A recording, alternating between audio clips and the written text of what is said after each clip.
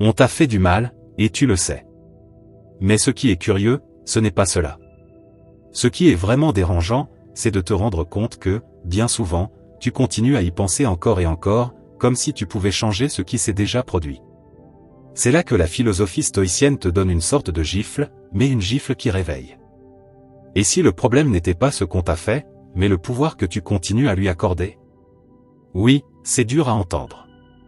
Et non, ce n'est pas ta faute de ressentir. Mais c'est ta responsabilité de savoir quoi faire avec ce que tu ressens. Les stoïciens n'étaient ni froids ni insensibles. Ils étaient dangereusement lucides. Ils avaient compris quelque chose au sujet des personnes qui blessent, et quand tu le découvriras, cela changera complètement ta façon de voir les choses. Si tu restes jusqu'au bout, tu comprendras pourquoi certaines blessures, en réalité, n'ont jamais été la faute de la personne que tu croyais. Mais attention, comprendre est facile, appliquer, en revanche, change tout. Reste, car ce qui suit peut transformer ta manière de vivre chaque problème dès aujourd'hui. Chapitre 1, la nature humaine selon les stoïciens. Il y a quelque chose que personne ne t'a dit quand tu étais enfant. Personne ne s'est assis avec toi pour t'expliquer que la personne qui, un jour, t'a trahi, qui t'a menti ou qui t'a abandonné quand tu en avais le plus besoin, ne l'a probablement pas fait parce qu'elle était mauvaise. Elle l'a fait parce qu'elle ne savait pas faire autrement. Je sais que cela peut sembler étrange. Je sais que cela peut même t'agacer. Mais reste encore un instant, car cela peut changer ta vision de tout.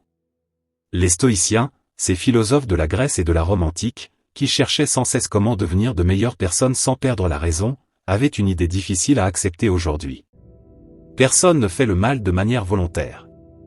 Personne. Ni celui qui a trahi ta confiance, ni celui qui a parlé de toi dans ton dos, ni celui qui t'a fait te sentir insignifiant au moment où tu avais le plus besoin de te sentir fort. Et oui, je sais ce que tu penses, cette personne savait parfaitement ce qu'elle faisait. Peut-être qu'en apparence, c'était vrai. Mais les stoïciens allaient plus loin. Ils disaient que celui qui agit de manière nuisible, même s'il est conscient de son acte, n'est pas pleinement conscient de ce qu'il fait à son propre caractère. Il ne comprend pas les véritables conséquences de ses actions. Il ne voit pas le mal qu'il se fait à lui-même en blessant les autres. Et cela aussi, c'est une forme d'ignorance. L'une des plus profondes. L'empereur romain Marc Aurèle, l'un des plus grands penseurs stoïciens de l'histoire, a écrit dans ses notes personnelles une idée qui résume tout cela. Les gens agissent selon le niveau de compréhension qu'ils ont à ce moment-là. Ni plus, ni moins. Imagine quelqu'un qui essaie de cuisiner sans n'avoir jamais mis les pieds dans une cuisine. Il prend des ingrédients, les mélange comme il peut, les met au four sans connaître la température, et le résultat est désastreux. Est-ce qu'il voulait mal faire? Non. Il ne savait simplement pas. Il lui manquait les outils. Il lui manquait le savoir. Avec les émotions, c'est exactement la même chose. Certaines personnes ont grandi dans des environnements où personne ne leur a appris à gérer ce qu'elles ressentaient. Personne ne leur a montré comment gérer la frustration sans attaquer les autres. Personne ne leur a expliqué que leur propre douleur ne justifie pas de blesser quelqu'un d'autre. Elles avancent dans la vie avec ces carences, comme quelqu'un qui n'a jamais appris à cuisiner. Et elles se comportent avec le monde à partir de cette ignorance émotionnelle. Pas parce qu'elles sont mauvaises. Mais parce que personne ne leur a appris une autre façon de faire. Et voici la clé que les stoïciens voulaient que tu comprennes. La personne qui t'a blessé, dans la majorité des cas, n'était pas en train de choisir de te faire du mal à toi, personnellement. Elle répondait simplement au monde avec le seul mode d'emploi qu'elle possédait. Un mode d'emploi incomplet, rempli de zones floues, d'erreurs et de confusion. Elle ne savait pas faire autrement. Cela ne rend pas son comportement acceptable, mais cela change l'histoire que tu te racontes sur ce qui s'est passé. Comprendre n'est pas justifier. Il y a une énorme différence entre comprendre pourquoi quelque chose est arrivé et dire que c'était bien. La philosophie stoïcienne ne dit pas que tu dois tout accepter ni faire semblant que tout va bien. Elle dit que le ressentiment, celui qui naît de l'idée que l'autre a agi avec malveillance, reste en toi et te consume. Mais si tu lâches ce ressentiment, si tu comprends que derrière beaucoup de blessures se cache l'ignorance plutôt que la pure méchanceté, alors tu te libères d'un poids qui ne t'appartient pas. Les émotions incontrôlées guident une grande partie des actions qui font du mal. Une personne qui explose et te dit des choses horribles en pleine dispute ne cherche pas toujours à te détruire. Parfois, c'est simplement quelqu'un qui ne sait pas gérer ce qu'il ressent et qui le projette vers l'extérieur comme il peut. comme une cocotte minute dont on n'a jamais relâché la pression. La vapeur sort là où elle peut. Tu étais là, et tu es devenu la cible du débordement, pas forcément la cible de la haine. Ce n'est pas une excuse pour eux. C'est une libération pour toi. Quand tu cesses de voir l'autre comme un méchant de film et que tu commences à le voir comme quelqu'un limité par son propre manque de compréhension, quelque chose change. Le poids du ressentiment devient plus léger. L'histoire que tu te racontais, celle où tu étais la victime et l'autre le monstre, commence à se nuancer. Et dans ces nuances, tu retrouves ton pouvoir. Tu peux choisir de t'éloigner sans haine. Tu peux choisir de parler sans drame. Tu peux choisir de te protéger sans te détruire. Comprendre la nature humaine selon les stoïciens n'est pas naïf. C'est, au contraire, l'un des actes les plus intelligents que tu puisses poser. Car lorsque tu comprends d'où vient le mal, tu arrêtes de le porter comme s'il était le tien. Celui qui agit mal ne le fait pas par force, mais par manque de lumière. Et si cela te fait déjà réfléchir, attends la suite. Car il se pourrait bien que la douleur que tu ressens, celle qui te paraît si réelle, si concrète, ne soit pas exactement ce que tu crois. Dans le prochain chapitre, nous allons aborder une idée qui pourrait bouleverser complètement ta manière de comprendre la souffrance. Chapitre 2, le dommage comme perception, et non comme un fait absolu. Faisons une petite expérience mentale. Imagine qu'un collègue de travail passe à côté de toi dans un couloir. Tu le salues, et il ne te répond pas. Il continue son chemin comme si tu n'existais pas. Que ressens-tu? Probablement de l'agacement, de la confusion, peut-être même un peu de honte. Très vite, ton esprit commence à s'agiter. Tu te demandes ce que tu as fait de mal, s'il a dit quelque chose sur toi, s'il est en colère, ou simplement s'il ne t'apprécie pas. En quelques secondes, ton cerveau a construit toute une histoire autour de ce silence.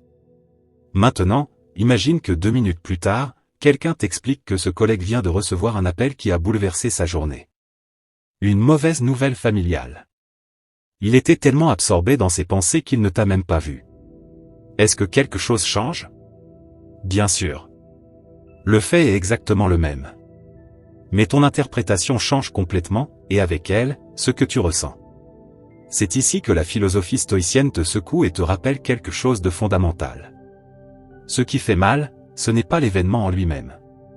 Ce qui fait mal, c'est le jugement que tu portes sur cet événement. Le philosophe Épictète l'exprimait avec une clarté frappante. Les hommes ne sont pas troublés par les choses, mais par l'opinion qu'ils en ont.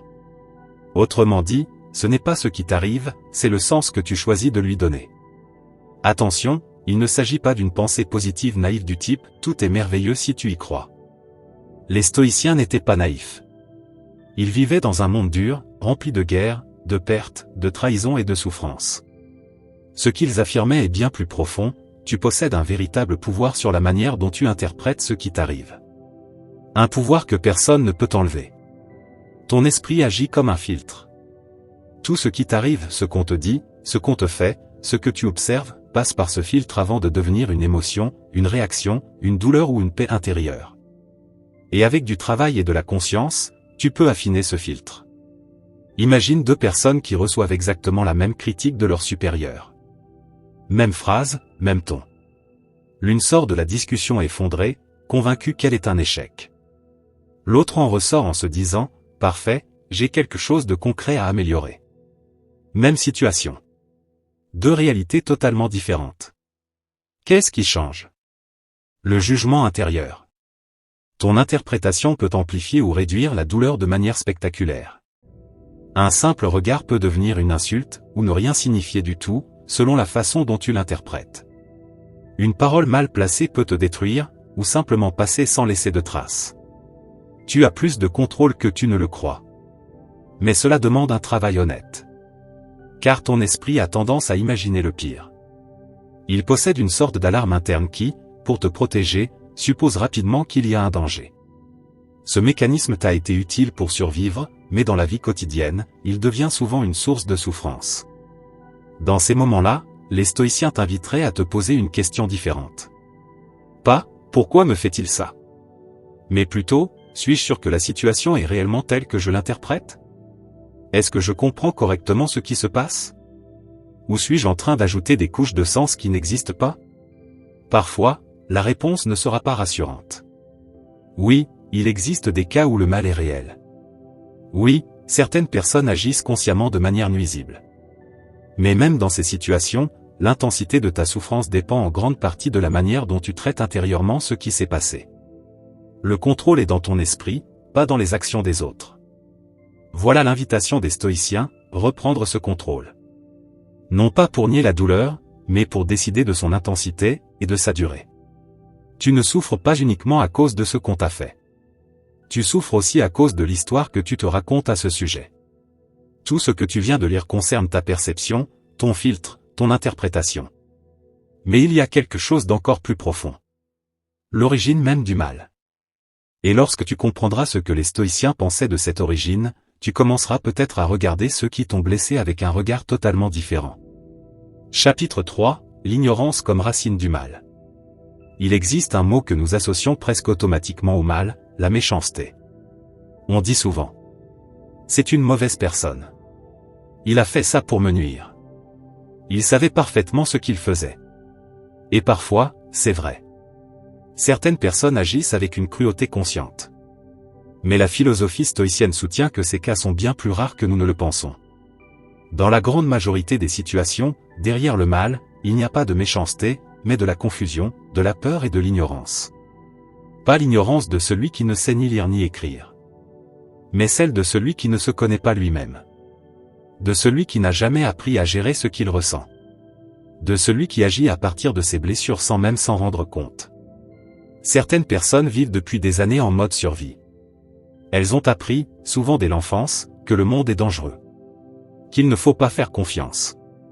Qu'il faut attaquer avant d'être attaqué. Et c'est depuis cette vision du monde, souvent inconsciente, qu'elles agissent. Elles ne choisissent pas consciemment de faire du mal. Elles appliquent simplement ce qu'elles connaissent. Imagine un arbre dont les racines sont abîmées. Même s'il semble beau à l'extérieur, ses fruits finiront par être mauvais. Ses branches se briseront. Non pas parce que l'arbre veut nuire, mais parce que sa racine est malade. Il en va de même pour ceux qui blessent régulièrement les autres. Derrière leurs actes, il y a souvent une racine endommagée, une enfance difficile, une douleur non résolue, un vide intérieur. Les stoïciens insistaient sur le fait que l'absence de vertu, cette capacité à agir avec sagesse, justice, courage et tempérance, produit presque automatiquement des comportements destructeurs. Non pas par volonté de détruire, mais par incapacité à construire autrement. Et il y a une idée encore plus puissante.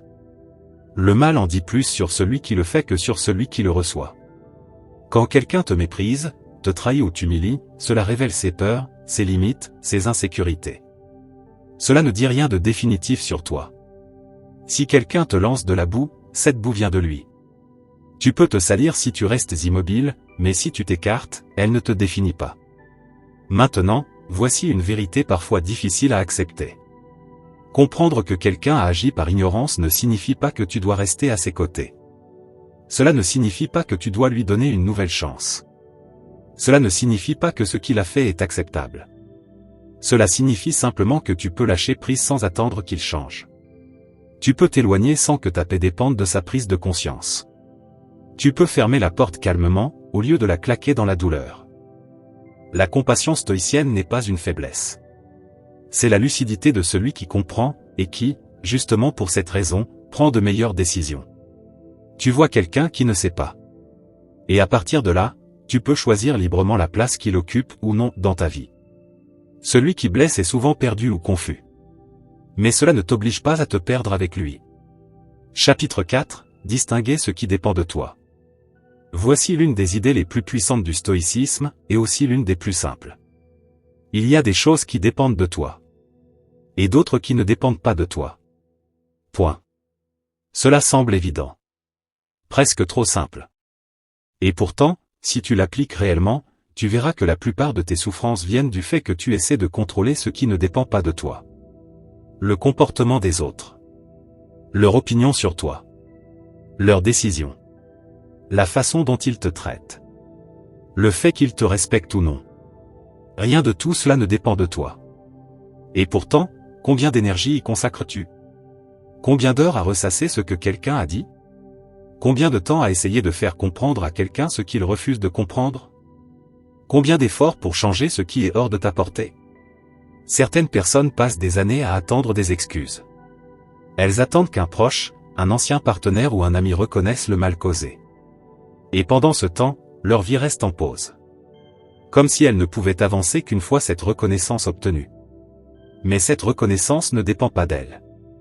Attendre ce qui ne dépend pas de toi, c'est rester immobile en espérant que le vent se lève. Le philosophe Épictète, qui fut esclave avant de devenir l'un des penseurs les plus respectés de Rome, l'avait compris parfaitement. Ce qui dépend de toi, ce sont tes pensées, tes jugements, tes décisions et tes actions.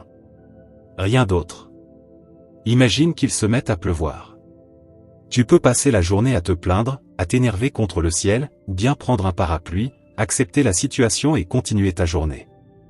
La pluie ne change pas. Seule ta réaction est entre tes mains. Avec les personnes qui te blessent, c'est pareil. Tu ne peux pas les obliger à s'excuser. Tu ne peux pas les forcer à comprendre. Tu ne peux pas les contraindre à bien te traiter. Résister à cette réalité, c'est créer une souffrance inutile. Les stoïciens appelaient cela vivre en conflit avec la nature des choses. Mais ce qui dépend de toi, c'est ta réponse. Ce que tu fais de ce que tu as vécu. La place que tu donnes à cette expérience dans ton histoire. Le fait de la laisser te définir, ou non. Et il y a quelque chose de profondément libérateur dans cette prise de conscience. Quand tu cesses de vouloir contrôler l'incontrôlable, la fatigue diminue. Non pas parce que les problèmes disparaissent, mais parce que tu arrêtes de lutter contre ce qui ne peut pas être changé. Tu rediriges ton énergie vers ce qui compte vraiment. Tes choix. Tes réactions. Ta manière d'avancer. Accepter cette distinction, ce n'est pas abandonner. C'est agir là où tu as réellement du pouvoir. Celui qui essaie de contrôler ce qui ne dépend pas de lui vit épuisé et frustré. Celui qui se concentre sur ce qu'il peut changer vit avec plus de paix. Pas avec moins de défis, mais avec plus de clarté pour les affronter. Tes pensées sont sous ton contrôle. Tes actions sont sous ton contrôle. Celles des autres ne le sont pas. Alors, quand quelqu'un te fait du mal, la vraie question n'est pas comment lui faire payer, mais plutôt qu'est-ce que je fais, moi, maintenant, avec ça? C'est la question stoïcienne par excellence. Et c'est elle qui change tout. Ne gaspille pas ta force à vouloir déplacer ce qui ne peut pas l'être. Agis sur ce que tu peux transformer. Et il y a encore une chose essentielle. Lorsque quelqu'un te fait du mal, tu ne cherches pas seulement à contrôler ce que tu ne peux pas contrôler, tu le prends aussi personnellement. Profondément personnellement. Et c'est ce qui amplifie ta souffrance sans même que tu t'en rendes compte. Dans le prochain chapitre, nous allons parler de cet ego, qui voit des attaques là où il n'y en a peut-être pas. Chapitre 5, l'importance de ne pas le prendre personnellement. Quelqu'un parle mal de toi. Un ami ne t'appelle pas au moment où tu en as le plus besoin. Ton partenaire dit quelque chose sous l'effet de la colère, et cela te glace. Un collègue s'attribue le mérite de ton travail. Et à l'intérieur de toi, quelque chose se brise. Ce n'est pas seulement désagréable. Ça fait mal. Et plus encore, tu interprètes cela comme un jugement direct sur ta valeur. Comme si le comportement de l'autre était, au fond, une preuve de qui tu es réellement. C'est cela, prendre les choses personnellement. Et c'est un piège dans lequel nous tombons très facilement, surtout lorsque nous sommes sensibles, réfléchis, et attachés à nos relations. Plus quelque chose compte pour toi, plus il est facile de transformer les actions des autres en un message sur toi-même. La philosophie stoïcienne est très claire à ce sujet. Les actions des autres ne définissent pas ta valeur. Ta valeur n'est pas soumise à l'approbation des autres. Elle ne dépend pas du fait qu'on t'appelle, qu'on te reconnaisse, qu'on te traite bien ou mal à un moment donné. Il existe une vérité simple mais puissante. L'ego interprète des attaques là où il n'y en a pas toujours. Cette voix intérieure, toujours en alerte, toujours à la recherche de preuves que tu es suffisant ou non, transforme le moindre signal ambigu en confirmation que quelque chose ne va pas chez toi. Un message sans réponse devient « tu ne comptes pas ». Un commentaire neutre devient une critique cachée. Un regard devient du mépris. Cela te semble familier? L'ironie, c'est que plus tu dépends de l'approbation des autres pour te sentir bien, plus tu deviens vulnérable à leur comportement. Comme si ta peau était à l'envers, le moindre contact, même involontaire, te fait mal comme s'il était dirigé contre toi. Mais ce n'est pas vivre. C'est survivre en état d'alerte permanent. Toujours en train d'observer, d'interpréter, d'anticiper ce que les autres font ou ne font pas. Séparer ton identité de l'opinion des autres est l'un des exercices les plus difficiles, mais aussi l'un des plus libérateurs. Car lorsque tu comprends réellement que ce que les autres pensent de toi parle davantage d'eux que de toi, quelque chose se stabilise en toi. Une sorte de sol intérieur solide, qui ne tremble pas à chaque vent. Les stoïciens parlaient d'une indifférence consciente face à l'opinion des autres. Pas l'indifférence de celui qui ne se soucie de rien, mais celle de celui qui n'a plus besoin de validation extérieure pour se sentir entier. Quelqu'un qui écoute les critiques utiles, mais qui ne laisse pas les jugements extérieurs atteindre son centre. Imagine que tu es ancré au fond de l'océan. Les bateaux passent. Certains provoquent de grandes vagues, d'autres de petites. Certains s'approchent trop près. Mais ton ancre reste immobile. Tu restes stable. C'est ce que tu construis lorsque tu cesses de prendre personnellement ce que les autres font ou disent. Car sinon, chaque relation devient un terrain miné. Si tout peut te blesser profondément, tu restes en alerte constante. Et cette tension permanente est épuisante. Pire encore, dans cet état, tu finis par réagir d'une manière qui ne te ressemble pas. Dissocier ta valeur de ce que les autres font ou ne font pas n'est pas de la froideur. C'est de la santé intérieure. C'est la base d'une relation plus saine avec les autres, sans dépendance excessive, sans transformer chaque interaction en test de ta valeur. Tu as de la valeur.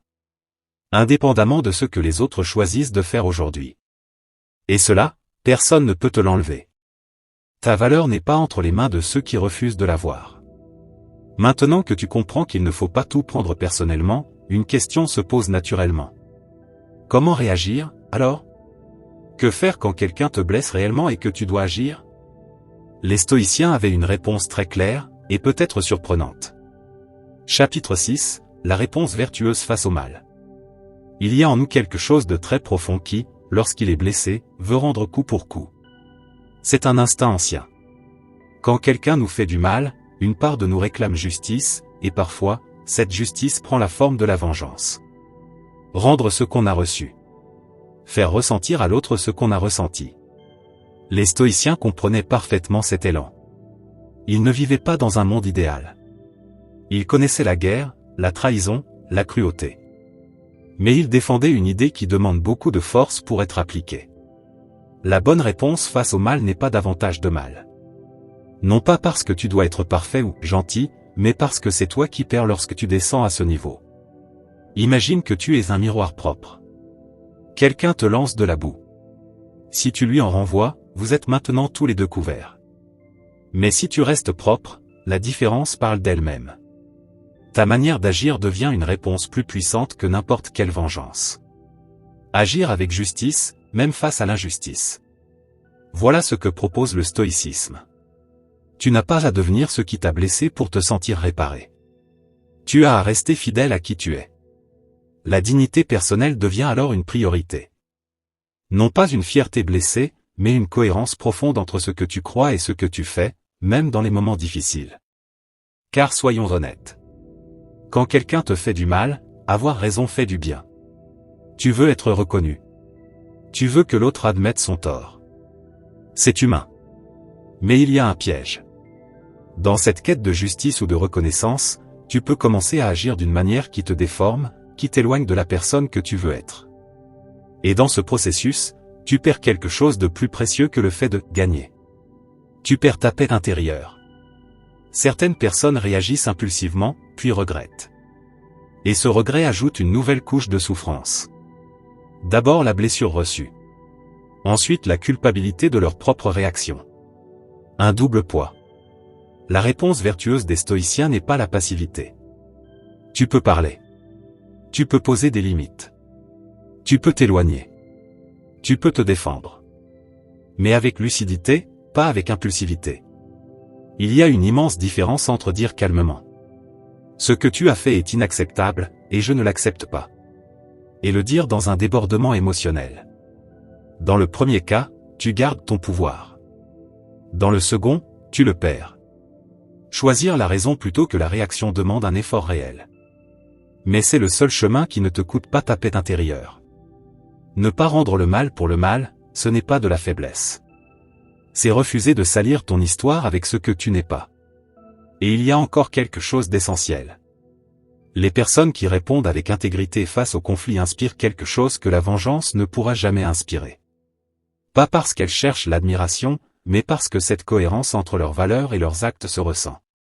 Ta réponse face au mal révèle qui tu es. Pas ce qu'on t'a fait. Celui qui reste calme dans la tempête n'est pas quelqu'un d'insensible. C'est quelqu'un qui sait où est son ancre. Mais bien sûr, tout cela est facile à comprendre en théorie. Le vrai défi, c'est ce moment précis où la blessure arrive, où l'émotion monte, où ton corps te pousse à réagir. Comment gérer cela concrètement ? C'est exactement ce que nous allons voir dans le prochain chapitre. Chapitre 7, l'autocontrôle comme défense. Imagine que quelqu'un te dise quelque chose qui te blesse profondément. Une critique qui touche exactement ton point sensible. Ou une injustice évidente qui te concerne directement. Dans ce moment précis, ces 2 ou 3 secondes qui suivent, il y a un carrefour. D'un côté, il y a la réaction automatique. L'impulsion. La réponse qui vient des tripes, chargée d'émotions, sans filtre, sans réflexion, sans considération des conséquences. Très souvent, cette réponse te pousse à dire des choses que tu regrettes, ou à faire des actions que tu n'assumes pas ensuite. Et au final, tu te retrouves dans une situation pire que celle de départ. De l'autre côté, il y a la pause. 1 seconde. 2 secondes. 3 secondes. Et dans cet espace, tout peut changer. Les stoïciens savaient que maîtriser ses émotions ne signifie pas ne rien ressentir. Cela signifie ne pas laisser ses émotions décider à ta place. Il y a une immense différence entre ressentir de la colère et agir sous l'emprise de la colère. Tu peux ressentir de la colère et choisir une réponse intelligente. Ou bien laisser cette colère te manipuler comme une marionnette. La pause avant de répondre, c'est du pouvoir. Pas de la faiblesse, comme on le croit parfois. Un pouvoir réel, celui de choisir, au lieu de simplement réagir. Les stoïciens avaient une pratique simple mais puissante. Avant de parler. Avant d'envoyer un message. Avant de prendre une décision dans un moment de tension. Ils se posaient une question. Ce que je vais faire est-il en accord avec la personne que je veux être ? Est-ce cohérent avec mes valeurs ? Demain, à froid, serais-je fier de cette réaction ? Cette simple question agit comme un frein. Elle ne t'empêche pas d'agir, mais elle t'offre le temps nécessaire pour que l'émotion ne prenne pas le contrôle. La discipline émotionnelle renforce le caractère. Et elle n'a rien à voir avec le fait de réprimer ce que tu ressens. Réprimer, c'est enfouir une émotion, qui finira par ressortir, souvent de manière plus violente. La discipline émotionnelle, c'est reconnaître ce que tu ressens, lui donner sa place, puis choisir ce que tu fais avec cela. C'est la différence entre conduire ta vie, et être un passager à l'arrière. Les stoïciens soulignaient aussi quelque chose de très précis.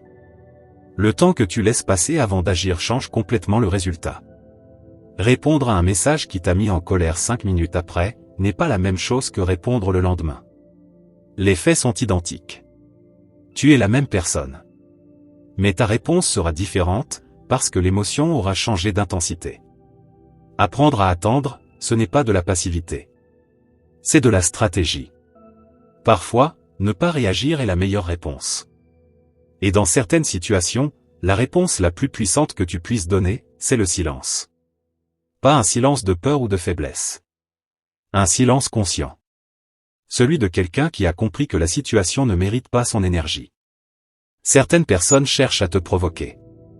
À te faire perdre ton calme. À te faire réagir. Parce qu'au moment où tu réagis sous le coup de l'émotion, tu perds ta clarté, et elles prennent l'avantage. Mais lorsque tu restes calme, lorsque tu refuses d'entrer dans le jeu, elles perdent leur pouvoir. Il n'y a rien de plus déstabilisant pour quelqu'un qui cherche à te perturber, que de constater qu'il n'y arrive pas. Ton autocontrôle n'est pas seulement utile dans les moments difficiles.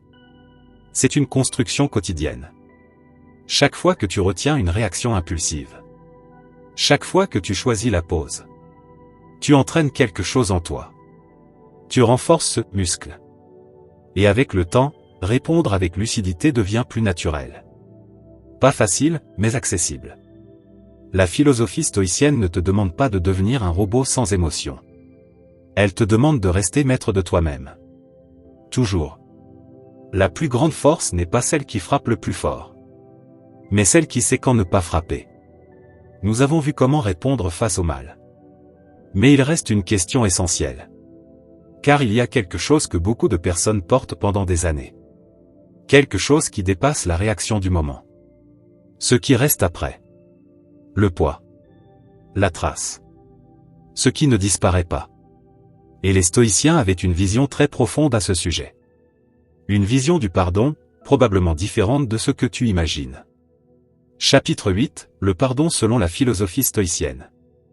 Le pardon a mauvaise réputation. Beaucoup pensent que pardonner, c'est dire. Ce que tu m'as fait, c'est acceptable. Comme si pardonner signifiait valider le mal subi. Comme si cela donnait à l'autre la permission de recommencer. Ou encore comme si pardonner était un signe de faiblesse. Mais si c'était vraiment cela, personne ne devrait pardonner.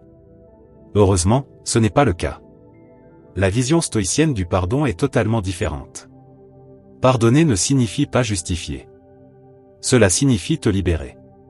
Quand tu refuses de pardonner, quand tu gardes de la rancune, quand tu ressasses ce qui s'est passé, qui est réellement affecté. Dans la majorité des cas, pas l'autre. L'autre continue sa vie. Il a peut-être déjà oublié. Il n'y pense même plus. Mais toi, tu continues à porter cela. Chaque matin. Chaque souvenir. Chaque discussion qui ravive la douleur. Le ressentiment fait plus de mal à celui qui le porte qu'à celui contre qui il est dirigé.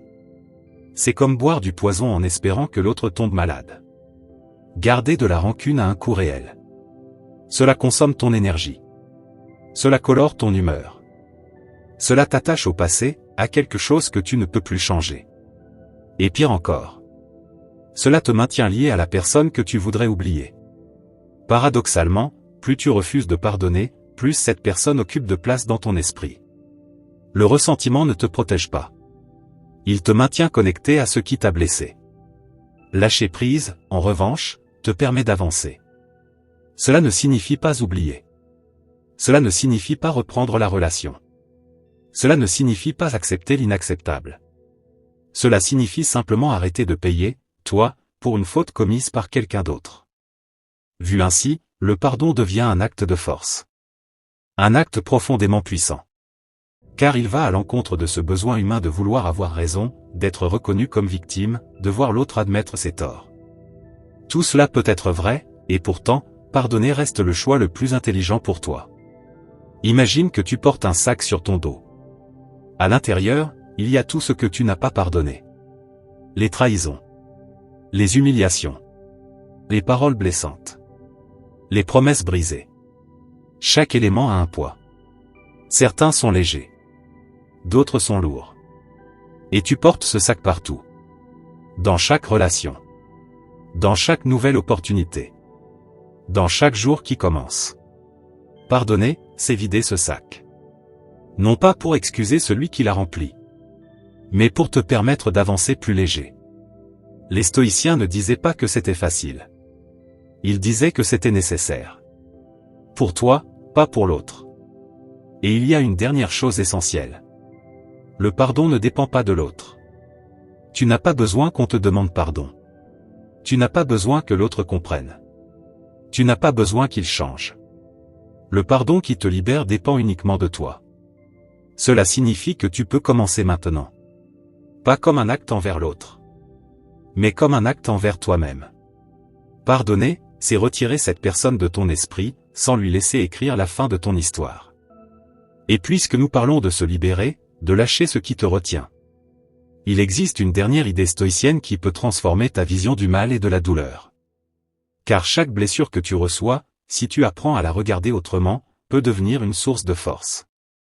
C'est ce que nous allons découvrir dans le prochain chapitre. Chapitre 9, apprendre du mal reçu. Personne ne choisit de souffrir. Personne ne se lève le matin en se disant, aujourd'hui, j'aimerais que quelqu'un me trahisse. Ou qu'une relation importante se brise. Ou qu'on le traite injustement. Le mal arrive sans prévenir et sans demander la permission. Et lorsqu'il arrive, la réaction la plus naturelle est de souhaiter qu'il n'ait jamais existé. Mais les stoïciens posaient une autre question. Au lieu de demander, pourquoi cela m'arrive-t-il à moi, ils demandaient, qu'est-ce que je peux tirer de cela? Non pas par résignation, mais par intelligence pratique. À première vue, cela peut sembler être une manière de se consoler avec de belles paroles. Pourtant, c'est quelque chose de bien plus concret. Car les personnes qui sortent renforcées des situations difficiles ne sont pas forcément les plus fortes ni les plus chanceuses. Ce sont celles qui ont su poser la bonne question au moment où il aurait été plus facile de se plaindre. Chaque conflit est une opportunité de croissance. Ce n'est pas une phrase vide de sens. C'est une observation profonde sur le fonctionnement du développement humain. On ne grandit pas dans le confort. On grandit dans la friction. On évolue lorsque quelque chose nous met à l'épreuve, nous oblige à regarder en nous-mêmes et à découvrir des ressources que nous ignorions posséder. La douleur a cette capacité unique d'enseigner les limites avec une clarté rare. Souvent, nous ne savons pas où se trouvent nos limites jusqu'à ce que quelqu'un les franchisse. Nous ne savons pas ce qui est inacceptable pour nous tant que nous ne l'avons pas vécu. Et cette connaissance, même acquise dans la douleur, est précieuse. Certaines personnes, après une trahison, apprennent à mieux choisir en qui elles placent leur confiance. D'autres, après une relation toxique, comprennent enfin ce dont elles ont réellement besoin. D'autres encore, après un échec provoqué ou subi, trouvent le courage de suivre le chemin qu'elles n'osaient pas emprunter. Cela ne signifie pas que le mal était bon. Cela signifie que même dans le négatif, il est possible d'extraire quelque chose d'utile, si l'on choisit de le faire. Réfléchir renforce la sagesse pratique. Mais attention, il ne s'agit pas de ruminer. Ruminer, c'est tourner en boucle, revivre la scène encore et encore, sans avancer, en portant le poids sans jamais le transformer. Réfléchir, au contraire, c'est prendre de la distance. C'est observer ce qui s'est passé, en extraire ce qui a de la valeur, et laisser le reste. L'un épuise. L'autre construit.